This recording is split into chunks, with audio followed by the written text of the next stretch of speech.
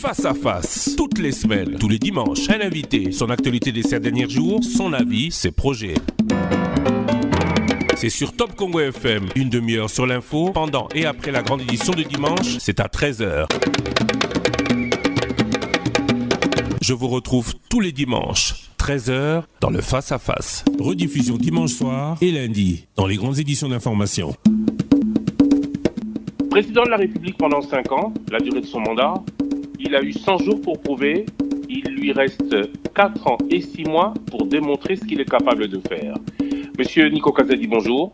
Bonjour. Vous êtes ambassadeur itinérant du président Félix Tshisekedi en charge de la commission du plan quinquennal.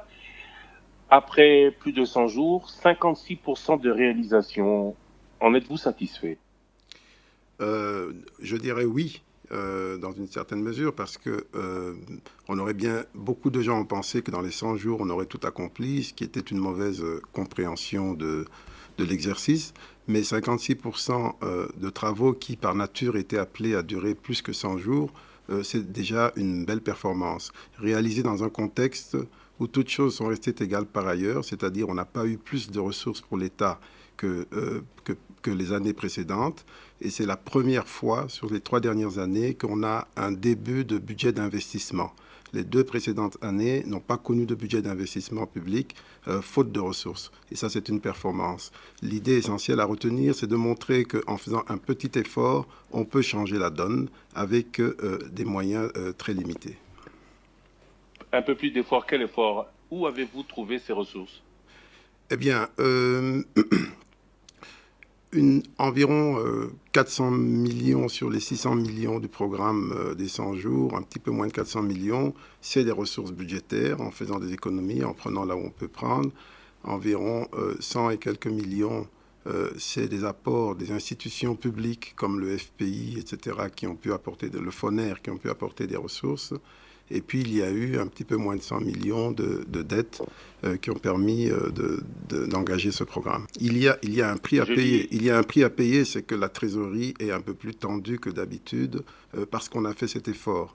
Mais il fallait faire cet effort d'investissement qui était un exercice absolument important pour donner le ton sur ce qu'on veut faire, comment on veut changer la donne pour les années qui viennent. Vous dites 600 millions, je lis 400 millions de programmes, 235 millions dépensés. Oui, ça, c'est les ressources propres. Les ressources, il y a environ 100 millions de dettes qui n'est pas dans ce budget-là, dans ce que vous avez sous la main, qui était pour un programme d'énergie solaire. 235 millions déjà utilisés, c'est du déjà consommé ? Oui, c'est en cours, c'est en train d'être consommé. Vous voyez les travaux, il y a pas mal de réalisations. Je crois que dans le document auquel vous faites référence, il y a également des images très claires des changements opérés, notamment dans plusieurs coins de la République. Il y a environ 400 projets en tout pour ce programme de 100 jours. Il y a des routes qui n'avaient plus été visitées depuis 20 ans, 25 ans, depuis l'époque de Mobutu, qui ont été prises en compte pour ce programme, dans les confins du pays, dans les forêts de l'Ituri, etc. C'est une grande aventure qui ne fait qu'annoncer les prémices de ce qu'il y a lieu de faire. Et bien entendu, il y a également des leçons à tirer de ce programme de 100 jours en termes de gestion du processus qui vont servir pour faire mieux davantage. Mais ça a été fait dans un cadre d'urgence. Et la plupart des projets sont des projets qui avaient déjà été conçus ou entamés avec l'administration précédente, qu'on n'a fait que dépoussiérer et pousser. Il y a beaucoup de leçons à tirer dans cet exercice. Et l'essentiel, c'est de notamment d'abord, c'est de comprendre qu'il faut beaucoup de continuité, qu'il y a beaucoup d'éléments que nous avons déjà en termes de capital d'expérience ou d'initiatives sur lesquels nous pouvons capitaliser à moindre coût et que souvent on oublie, on veut recommencer, réinventer la roue. Il y a énormément de choses qui étaient déjà prévues, qui étaient dans les tiroirs, et puis qu'il y a moyen de faire beaucoup avec peu d'argent pour peu qu'on y mette le sérieux. Et pour ça, c'est important que tout le monde ait les yeux sur ce qui se fait, que ça se fasse dans le plus de transparence possible. Et ça, c'est un exercice, une responsabilité de tout le monde, collégiale. Il est aussi important de savoir, c'est une question qu'on se pose, ces 100 jours, c'est du 100 jours parti de rien ou c'est du 100 jours en accomplissement de ce qui était déjà planifié ? Écoutez, il y a des projets qui avaient été planifiés il y a bien longtemps, qui n'étaient pas forcément inscrits dans le budget. Mais ce qu'il faut retenir, c'est que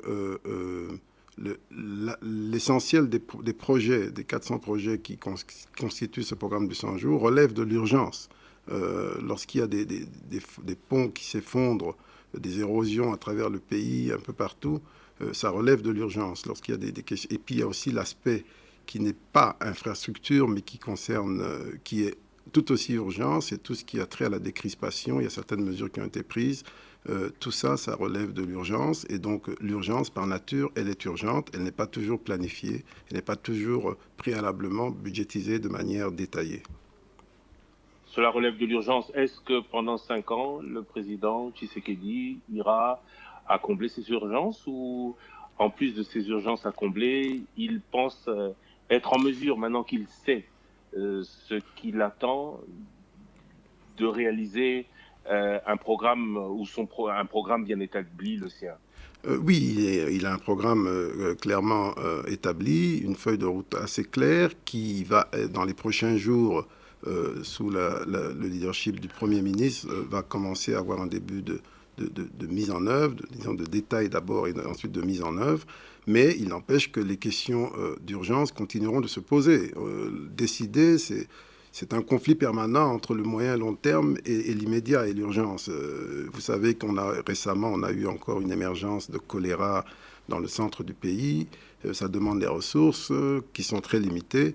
Et donc, on vivra constamment dans l'urgence. Les érosions n'attendent pas.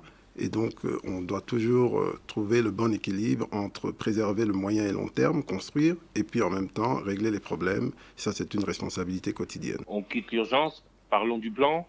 463 $, c'est le PIB par habitant en 2017, 64% de pauvreté. D'ici 4 ans et demi, puisque 6 mois se sont déjà écoulés, le président Tshisekedi espère avoir obtenu quel résultat? Écoutez, ce que je peux vous dire déjà, c'est que nous pensons qu'en termes de croissance économique, on a tout en main pour remonter d'ici 1 an à 2 ans à des niveaux proches de 10%, peut-être plus. Les conditions sont plus ou moins réunies, mais pour ça, il faut qu'on s'engage correctement dans le lancement des grands chantiers, y compris les chantiers d'infrastructure. On est dans un tel déficit en termes d'infrastructure qu'il y a quelques grands chantiers qui sont à notre portée, qui, s'ils sont lancés, vont tirer la demande et la croissance vers le haut, en plus des secteurs habituels, le secteur minier, le secteur agricole, pour lesquels vous savez qu'il y a quand même pas mal d'aléas. Le secteur minier, il dépend du contexte international. L'agriculture, ça prend du temps, mais nous avons le potentiel pour très vite remonter à des taux supérieurs à 10%, et c'est ce que nous visons d'ici minimum 2 ans. Quand vous parlez des projets d'infrastructure, vous parlez de vos projets phares. Je vois Barrage Inga 3, vous pensez que dans les 5 ans, ce sera réalisable? Ouzizi 3, Katende, dont on parle depuis plus de 50 ans, vous pensez avoir tout réalisé dans les 5 ans? Justement, l'un des défis qui est le nôtre, c'est également d'accélérer des choses anciennes qui sont sur la table. Inga 3, on en parle depuis plus de 20 ans. Il faut accélérer le mouvement.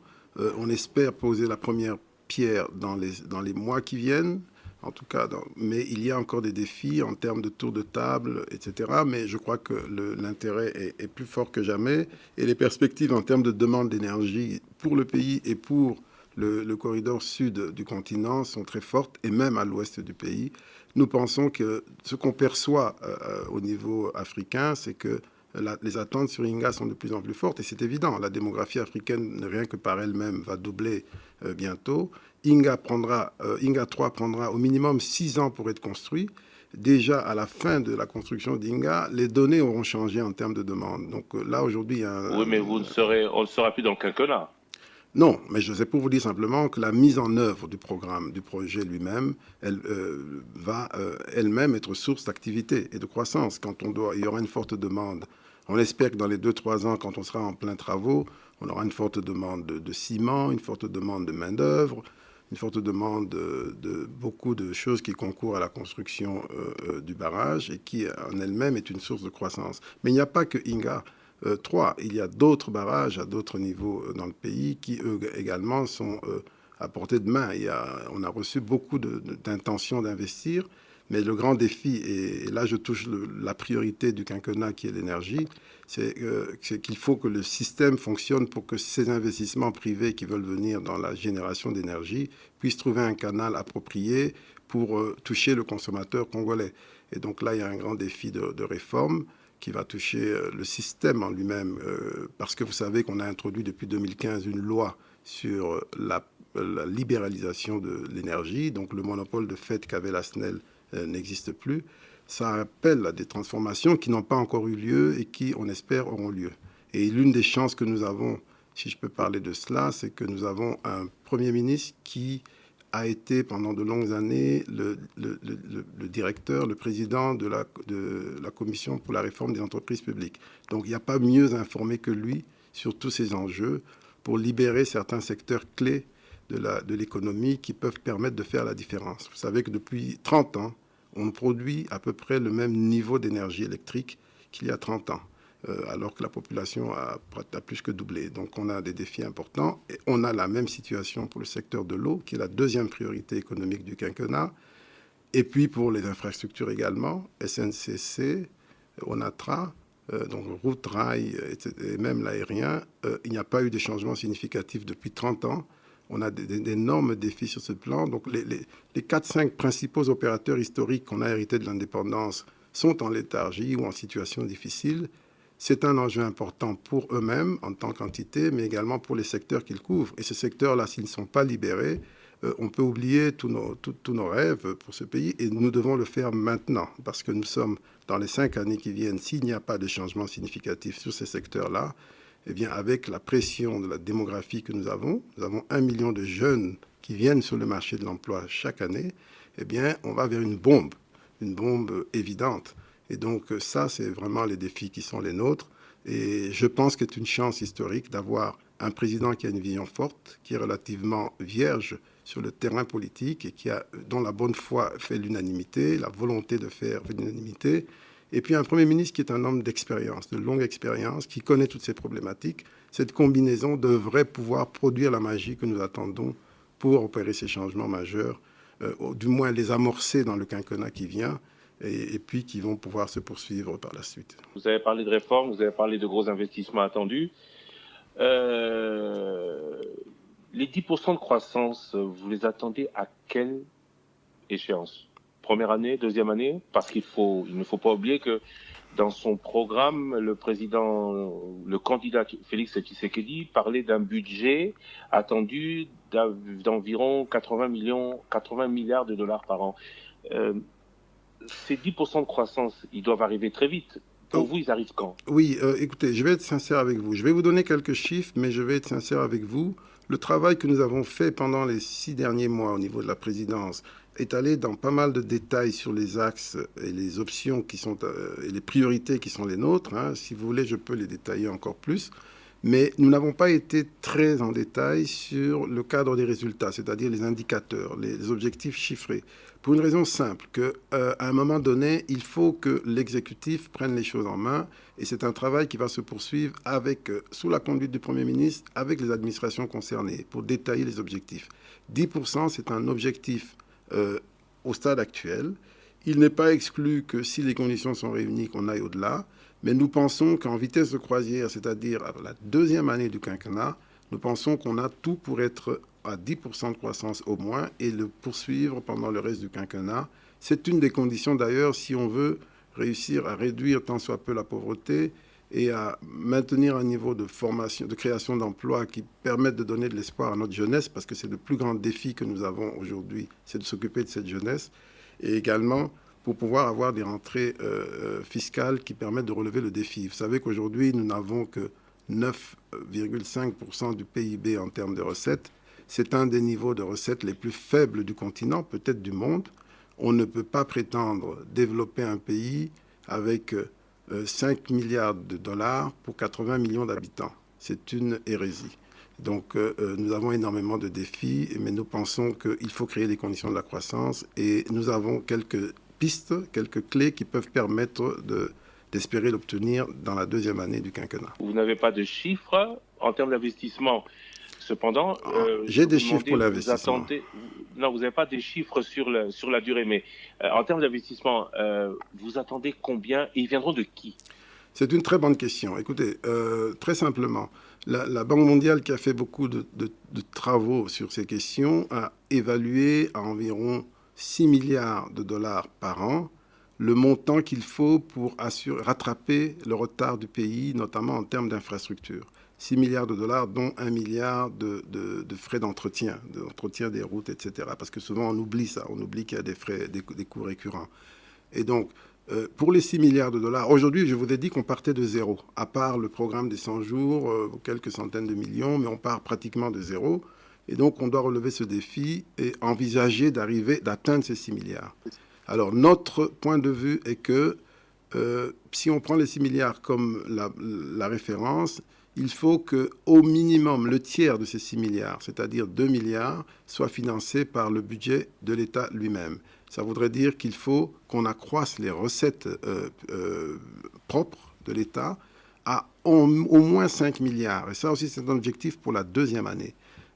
Ça voudrait dire qu'on doit passer de 5 milliards à 7 milliards en 2 ans, disons. C'est un gros challenge, mais c'est possible. Pourquoi c'est possible? Parce que les études également montrent que, toutes choses restant égales par ailleurs, avec le même niveau d'activité, on peut passer de 9-10% du PIB en termes de pression fiscale à 15%. Si on arrive à 15%, qui est la moyenne des pays comparables, ça veut dire qu'on gagne 2,5 milliards de recettes dans l'état actuel des choses. Comment gagner ces 2,5 milliards de recettes? On peut agir sur un certain nombre de leviers. Le premier de ces leviers, c'est les exonérations. Vous savez qu'on a énormément d'exonérations parce qu'on a pensé que ça allait inciter à l'investissement. En réalité, ça n'incite pas vraiment à l'investissement, mais c'est détourné pour pouvoir compenser le contexte difficile dans lequel on fait des affaires. Donc, notre point de vue, c'est qu'au lieu de donner des incitations qui n'en sont pas, qui n'atteignent pas leur objectif, il faut plutôt améliorer le climat général des affaires, travailler sur la justice, etc., les infrastructures et tout, pour inciter à investir et à ce moment-là, réduire les exonérations. 80% des exonérations sont légales. Il faut travailler là-dessus. Le code des investissements, il faut le questionner. Est-ce qu'il est encore pertinent, opportun? Est-ce que c'est normal de généraliser les exonérations pour un monsieur qui veut investir 200 000 $ pour ouvrir une boulangerie? Pourquoi doit-on lui donner une exonération sur 5 ans, sur 3 ans? Donc il y a beaucoup de questionnements comme ça qui vont entrer dans la discussion budgétaire pour 2020 et qui, je l'espère, vont commencer à porter leurs fruits déjà en 2020. J'ai parlé d'abord des exonérations parce que ça, c'est des questions objectives. Il y a un problème de modèle économique que l'on veut. Il faut réduire les exonérations. Je ne dis pas de les anéantir totalement. Je parle de les réduire parce qu'on se rend compte qu'il y en a quand même un peu trop. Notamment, même y compris vers les ONG, il faut définir qui a droit, qui n'a pas droit, etc. Il y a un travail à faire. Mais il n'y a pas que ça. Il y a bien entendu les questions de corruption. Il y a la question de la gouvernance, j'en ai parlé. Le doing business a trait à la gouvernance économique. Les jugements, le cadre juridique, on a un problème sérieux avec cela, alors que le premier élément de la confiance, parce que l'économie, c'est avant tout une question de confiance, c'est la sécurité des contrats, la sécurité de la propriété. Et là, on repose sur un système judiciaire qui est dans l'état que nous connaissons. C'est une des priorités. Et il faut travailler là-dessus. Ça veut dire travailler sur la corruption en général. Cette corruption qui vient souvent du personnel public et donc qui est subie par l'ensemble de la société, il faut l'adresser. Mais il faut savoir qu'il y a des domaines sur lesquels les résultats viennent progressivement. Mais l'engagement est ferme sur la corruption. Il y a même déjà des décisions qui ont été, disons, des actions qui ont été entreprises qui montrent la direction vers laquelle on va aller, mais qui sont appelées à se poursuivre. L'indice de développement, nous sommes 176e sur 189, gouvernance 47e sur 54, doing business 184e sur 190. Pour ça, vous pouvez nous dire, au bout d'1 an, 2 ans, on va passer, tout cela va s'améliorer? Oui, absolument. C'est une question de détermination. On a connu déjà ici, dans les années passées, quelques bonnes nouvelles, certaines années où on a fait quelques bons. Le problème, c'est l'absence de continuité dans les efforts. Et ça, mais beaucoup de pays ont montré que c'était possible. Il y a des pays qui ont gagné 10 points d'une année sur l'autre. Parfois, c'est des petites mesures qu'il faut prendre. Mais ça demande un suivi. Il faut qu'il y ait des gens qui suivent à un niveau d'influence suffisant pour s'assurer que les actions sont prises à des niveaux inférieurs. Ces classements qui sont faits reposent parfois sur des choses très simples qui ne sont pas suivies et qui font qu'on recule alors qu'on peut, c'est à notre portée. Donc il y a une question d'engagement. Mais derrière l'engagement, il faut que l'activité économique, enfin, il faut que les fondamentaux économiques eux-mêmes répondent. Il faut qu'il y ait de la croissance économique pour améliorer l'indice de développement humain dont vous avez parlé. Il faut une meilleure équité, un meilleur partage, parce que l'indice de développement humain, c'est une combinaison de 3 facteurs. 1, c'est la pauvreté. 2, c'est la santé, donc l'espérance de vie. Et puis 3, l'éducation. Et je peux vous dire que les questions de santé et d'éducation sont les 2 priorités sociales à côté, en plus du logement, pour le président Tshisekedi. Le programme comprend 358 mesures, 37 réformes, 412 actions prioritaires.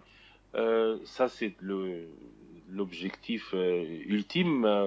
Ce serait bien d'en avoir appliqué combien? Un tiers, la moitié, un dixième? Oui, peut-être plus aussi. Peut-être plus, parce que vous savez, ces réformes, ça c'est un repère pour savoir où on va, mais ces actions, ces réformes s'entrecroisent et peut-être qu'au final on aura fait plus que ça, ou peut-être qu'on n'aura pas besoin de faire tout, parce que certaines seront réglées par d'autres. Ne vous inquiétez pas pour ça. Ce qui est important, c'est que les actions, les programmes soient bien conçus, ce que je pense est le cas, et que la détermination pour les mettre en œuvre soit totale. Ce sont des repères du président Tshisekedi. Absolument. Mais dans ce gouvernement, il y aura beaucoup de FCC. Est-ce que ce sont aussi les repères du Front commun pour le Congo? Absolument. Ce programme, qui était au départ la fusion des programmes du candidat Tshisekedi et du candidat Kamere, vous vous souvenez que l'un avait présenté son programme le 15 août 2018 et le deuxième le 28 septembre, eh bien, ce programme a été fusionné, qui est devenu le programme Cash, qui malheureusement n'a pas bénéficié de beaucoup de présentations pendant la campagne, pour une raison bien simple, que tout cela ça a été mis en place très tardivement. Je crois qu'on était déjà en novembre. Et ce programme qui a été affiné pendant les 6 derniers mois, comme je vous l'ai dit, affiné, complété par la commission que j'ai eu l'honneur de coordonner, a été remis aux négociateurs des 2 camps et il a été adopté. Donc il est entré comme programme du président de la République et il en est sorti comme programme du gouvernement, ou programme de gouvernement. Donc c'est un programme qui est totalement endossé par la coalition. Tout ne pourra pas se faire au niveau de la présidence de la République. Récemment, Top Congo a initié des tournées dans les communes. On se rend bien compte qu'on ne peut pas vouloir tout changer de haut si en bas on n'a pas les moyens de suivre ou on ne comprend même pas ce qui doit être fait. Top Congo, d'ailleurs, s'est vu interdire à ce sujet ce genre d'émission. Est-ce que vous pensez que la base qui a été la première remerciée par le président Tshisekedi, pourra suivre toutes ces réformes, les comprendra, les acceptera? Oui, vous avez raison. J'ai regretté d'ailleurs ce que vous mentionnez là, c'est qu'on ait un petit peu gêné la liberté d'expression dans vos passages dans les communes. Il faut que les gens s'expriment librement, mais de manière constructive également. Mais nous avons aussi un défi, c'est que lorsqu'on donne la parole à des gens qui sont mal informés, on peut créer la zizanie et même la guerre. Et ça, c'est un défi. Donc il faut absolument aller vers la base dont vous parlez pour les aider à mieux comprendre les défis et les enjeux et ce qu'on attend d'eux, et en même temps tenir compte de ce qui remonte de la base, parce que c'est pour la base qu'on travaille. Donc ça va dans les 2 sens. Lorsque l'un n'est pas fait, eh bien on arrive à des situations un petit peu dommages.